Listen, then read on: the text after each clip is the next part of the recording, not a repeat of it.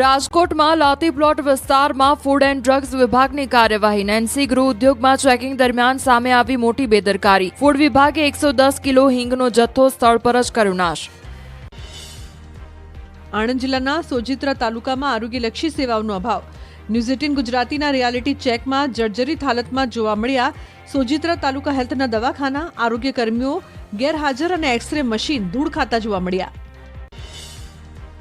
સુરતમાં KP Sanghvi diamond સામે ધરણા યથાવત. એમએલએ કુમાર કાનાણી બાદ એમએલએ વિનુ મોરડિયા પણ ધરણામાં જોડાયા. કેપી સંઘવી દ્વારા હીરા વેપારીઓ પર ખોટી રીતે ચેક બાઉન્સના કેસો દાખલ કર્યા હોવાનો છે આરોપ. સોમનાથના એમએલએ વિમલ ચુડાસમા સામે ફરિયાદ અને અટકાયત સામે કોળી સમાજમાં રોષ. સમાજના આગેવાનોએ આવેદનપત્ર આપી ફરિયાદ પરત ખેંચવા રજૂઆત કરી. એમએલએ સામે રાયોટિંગ, હુમલો અને ફરજ રૂકાવટની ફરિયાદ થઈ છે. વડોદરામાં માંડવીના 16 પિલરમાંથી ગેંડી ગેટ તરફનું પિલર ક્રેશ થયો. માંડવી ગેટ તૂટી ન જાય તે માટે 10 લોખંડના પાયાના ટેકા મુકાયા. તંત્ર હેરિટેજ ઇમારતની સાચવણીમાં નિષ્ફળ ગયો હોવાનો સ્થાનિકોએ આરોપ મૂક્યો. છોટાઉદેપુરના બોડેલીમાં નવા એસટી ડેપોમાં પણ મુસાફરોને ભારે હાલાકી. ભારે ગરમીમાં પીવાના પાણીની સુવિધાનો અભાવ અને શૌચાલયમાં ગંદકીના ઢગથી પ્રવાસીઓને થાય છે હાલાકી. લોકોની અનેક રજૂઆતો છતાં નથી આવ્યો ઉકેલ. દેવગઢ બારિયામાં ગૌમાંસ વેચાણના કેસમાં ચુકાદો. લીમખેડા સેશન્સ કોર્ટે 2 આરોપીઓને 7 વર્ષની કેદ અને 1-1 લાખનો દંડ ફટકાર્યો. 1 માર્ચ 2023માં ગૌમાંસનું વેચાણ કરતા ઝડપાયા હતા આરોપીઓ.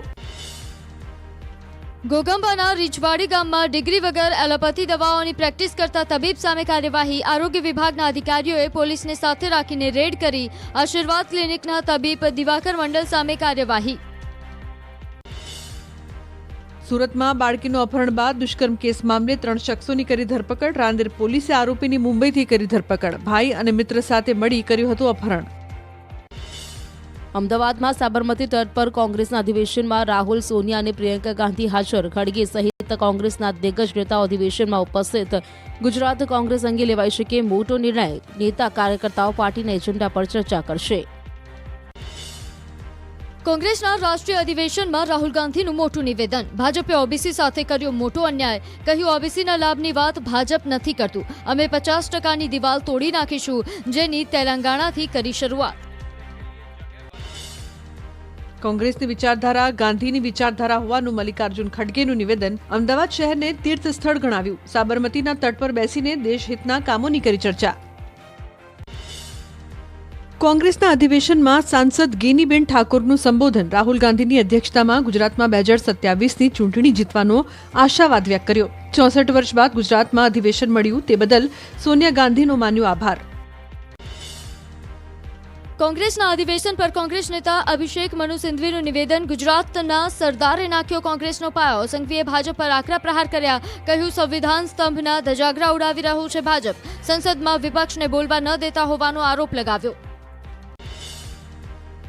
કોંગ્રેસના અધિવેશનમાં પ્રદેશ અધ્યક્ષ શક્તિસિંહ ગોહિલનું સંબોધન. કહ્યું, 30 વર્ષથી ભલે સત્તામાં નથી રહ્યા, પણ રાહુલજી કહે છે કે કોંગ્રેસના કાર્યકરોને ગણાવે છે બબ્બર શેર. અહિંસાથી લડેલી કોંગ્રેસ પાર્ટીને મરવા ન દેવી જોઈએ. કોંગ્રેસના રાષ્ટ્રીય અધિવેશન મુદ્દે ઋષિકેશ પટેલનું નિવેદન. ગમે ત્યાંથી કોંગ્રેસ નેતાઓ આવે, કોંગ્રેસ ક્યારે પ્રજાનો વિશ્વાસ નહીં જીતી શકે. કહ્યું, ફિલ્ડ બાદ હવે કાગળ પર પણ ખતમ થઈ છે કોંગ્રેસ. આમ આદમી પાર્ટીનું ગુજરાતમાં સંગઠન મજબૂત કરવા મિશન. 13 એપ્રિલે વિસાવદરમાં મળશે આપનું સંમેલન. આપના પ્રભારી ગોપાલ રાય ગુજરાત પહોંચ્યા.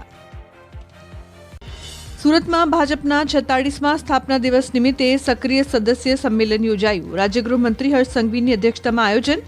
ગુજરાત ભાજપ પ્રદેશ અધ્યક્ષ તેમજ કેન્દ્રીય જળશક્તિ મંત્રી CR પાટીલ હાજર.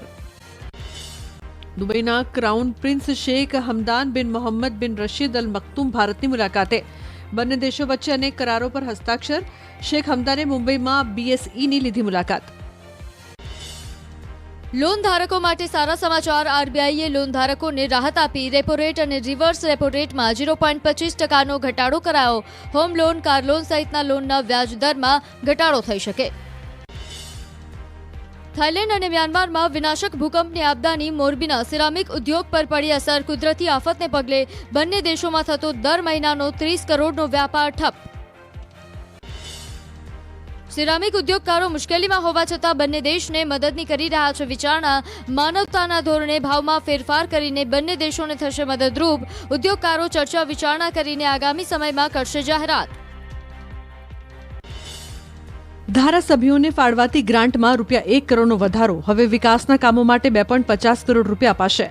તમામ વિસ્તારમાં વિકાસ માટે રાજ્ય સરકારનો નિર્ણય.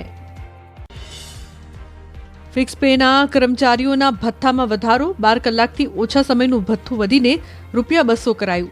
12 કલાક કરતાં વધુ રોકાણના ભથ્થામાં 400નો વધારો. મુસાફરી ભાડું પણ એસટી રેલવે પ્રમાણે મળશે. ગાંધીનગર ખાતે GCAS એડમિશન પોર્ટલની રિવ્યુ બેઠક મળી. ઉચ્ચ અને ટેકનિકલ શિક્ષણ મંત્રી ઋષિકેશ પટેલની અધ્યક્ષતામાં બેઠક યોજાઈ. બેઠકમાં રાજ્યની 16થી વધુ યુનિવર્સિટીઓના વાઇસ ચાન્સેલર હાજર રહ્યા. ભાવનગરનું અલંગ શિપ ઉદ્યોગમાં મંદીનું ગ્રહણ. છેલ્લા 1 વર્ષમાં માત્ર 113 જહાજો આવ્યા. એક સમયે વર્ષ દરમિયાન શિપ બ્રેકિંગ યાર્ડમાં આવતા હતા 400 થી 500 જહાજો. અલંગ શિપ બ્રેકિંગ ઉદ્યોગને BISની મંજૂરીની માંગ ઉઠી. સુરતના કોસંબા ખાતે ખેડૂતોએ કર્યો હલ્લાબોલ. નવા બની રહેલા એક્સપ્રેસ હાઈવેને કારણે હાઈ ટેન્શન લાઇન વધુ ઊંચી કરવામાં વિરોધ. ખેડૂતોને જાણ કર્યા વગર કામ શરૂ કરાયું હોવાનો આરોપ. ખેડૂતોએ વિરોધ કરતા હાલ કામ બંધ કરાયું. અમદાવાદ પાસપોર્ટ ઓફિસમાં સર્વર ડાઉન થતા અરજદારોને હાલાકી. ઓફિસ બહાર જોવા મળ્યો અરજદારોનો જમાવડો.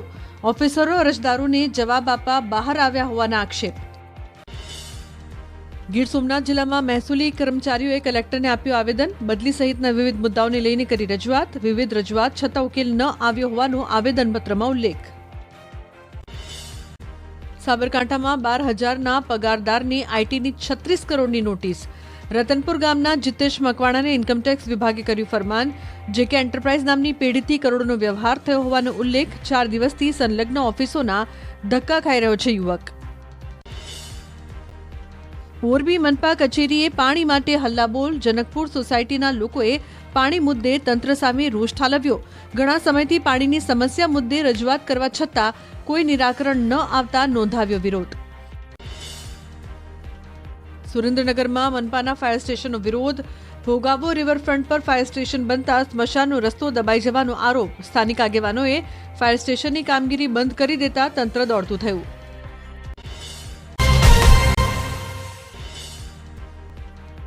હજુ પણ આગામી 48 કલાક ગરમીનું જોર યથાવત રહેશે. રાજ્યમાં ગરમીની પરિસ્થિતિ અંગે હવામાન વિભાગની આગાહી. 24 કલાક તાપમાનમાં 2 થી 3 ડિગ્રી ઘટાડાની સંભાવના. આવતીકાલે રાજ્યમાં ગરમીનું યલો એલર્ટ જાહેર કરાયું. આગામી 48 કલાક દરિયાકાંઠાના વિસ્તારમાં ગરમ અને ભેજવાળા પવન ફૂંકાશે. દરિયામાં ભારે પવનના કારણે માછીમારોને દરિયો ન ખેડવા સૂચના અપાઈ. 14 થી 15 એપ્રિલથી ફરી ગરમીનો રાઉન્ડ શરૂ થશે. ભારતીય હવામાન વિભાગની મોટી આગાહી. વેસ્ટર્ન ડિસ્ટર્બન્સ નીકળી જતા ફરી રહેશે ગરમીનો મારો. પશ્ચિમ રાજસ્થાન સહિતના ભાગો ફરી તપશે. આગ ઓગતી ગરમીથી 2 દિવસ બાદ મળશે રાહત. હવામાન નિષ્ણાંત અંબાલાલ પટેલની આગાહી.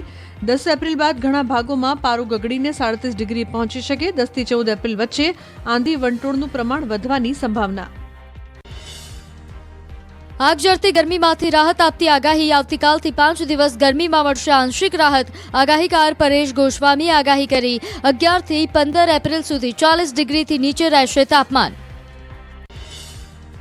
રાજ્યમાં ચોમાસાને લઈને આગાહીકાર રજનીકાંત લાલાણીનું અનુમાન.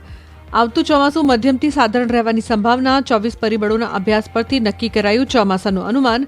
વાવણીથી લઈને ચોમાસાની વિદાય સુધીની તારીખ. શ્રાવણ મહિનામાં વરસાદની સંભાવના નહીવત.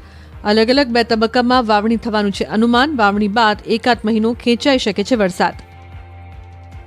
25 જૂનથી 28 જૂન દરમિયાન વાવણીનું અનુમાન. 2 થી 17 જુલાઈમાં અતિવૃષ્ટિની કરાઈ આગાહી. ચોમાસામાં પાછોતરા વરસાદના દેખાયા એંધાણ.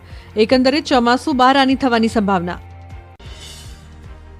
22 ઓક્ટોબરથી ચોમાસાની વિદાયની વ્યક્ત કરાઈ શક્યતા. સપ્ટેમ્બરમાં જળ હોનારતની સંભાવના. 3 થી 8 સપ્ટેમ્બરમાં પડી શકે છે વરસાદ. 1 થી 3 ઓક્ટોબર અને 17 થી 20 ઓક્ટોબર દરમિયાન પણ પડી શકે છે વરસાદ. મહેસાણામાં કડીના ફુલેત્રા ગામના ખેડૂતોએ કરી કેનાલમાં પાણી છોડવાની માંગ. 31 માર્ચથી તંત્રએ કેનાલમાં બંધ કર્યું છે પાણી. પશુપાલન અને ખેતી માટે પાણી ફરી ચાલુ કરવાની માંગ કરી. રાઇઝિંગ ભારત સમિટના મંચ પરથી કેન્દ્રીય ગૃહમંત્રી અમિત શાહના વિપક્ષ પર પ્રહાર. વકફ સુધારણા બિલ પર સવાલ ઉઠાવનારાઓને આપ્યો જવાબ. અમિત શાહે વકફ સંશોધન બિલ પર વિગતે ચર્ચા કરી. વકફને લઈને વિપક્ષના આરોપોનો જવાબ આપ્યો. કહ્યું, આ કાયદો ધાર્મિક સ્વતંત્રતા પર હુમલો નથી. આ બિલ સામાજિક ન્યાય અને પારદર્શિતા લાવશે, જેનાથી વકફની મિલકતોનો દુરુપયોગ રોકાશે. અમિત શાહે દેશના યુવાઓને તૃષ્ટિકરણની રાજનીતિ સામે એક થવાની અપીલ કરી. તેમણે કહ્યું કે યુવાઓએ વિકાસ અને સુરક્ષાને પ્રાથમિકતા આપવી જોઈએ. જાતિ કે ધર્મ આધારિત રાજકારણ ન કરવા કરી અપીલ. કેન્દ્રીય ગૃહમંત્રી અમિત શાહે પીએમ મોદીના નેતૃત્વમાં જમ્મુ કાશ્મીરમાં આવેલા બદલાવની પ્રશંસા કરી. તેમણે કહ્યું કે પહેલા યુવાઓ બોમ્બ, બંદૂક અને પથ્થરમારાની આગમાં બળતા હતા, હવે વિકાસ સાથે જોડાયા. આર્ટિકલ 370 હટાવવાના નિર્ણયને તેમણે ઐતિહાસિક ગણાવ્યો. શાહે કહ્યું કે મોદી સરકારની મજબૂત રાજકીય ઈચ્છા શક્તિએ દેશને સુરક્ષિત અને સમૃદ્ધ બનાવ્યો.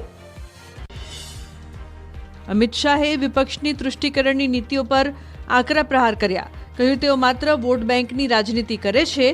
ભાજપ રાષ્ટ્રના હિતને આપે છે પ્રાથમિકતા. ખાદ્ય તેલના ભાવમાં ભારે કડાકો. સિંગ તેલમાં ડબ્બે 50 રૂપિયા અને કપાસિયા તેલના ભાવમાં ડબ્બે 40 રૂપિયા ઘટ્યા. સિંગ તેલના 15 કિલો ડબ્બાનો ભાવ 2490 રૂપિયા અને કપાસિયા તેલનો ભાવ 2220 રૂપિયા થયો. સુરતમાં રાંધણ ગેસમાં 50 રૂપિયાનો વધારો થતા આમ આદમી પાર્ટીએ વિરોધ નોંધાવ્યો. ભાવ વધારો પાછો ન ખેંચોના સૂત્રોચ્ચાર સાથે કાર્યકર્તાઓ કલેક્ટર કચેરી પહોંચ્યા. કલેક્ટરને આવેદન આપી ભાવ વધારો પાછો ખેંચવાની માંગ કરી.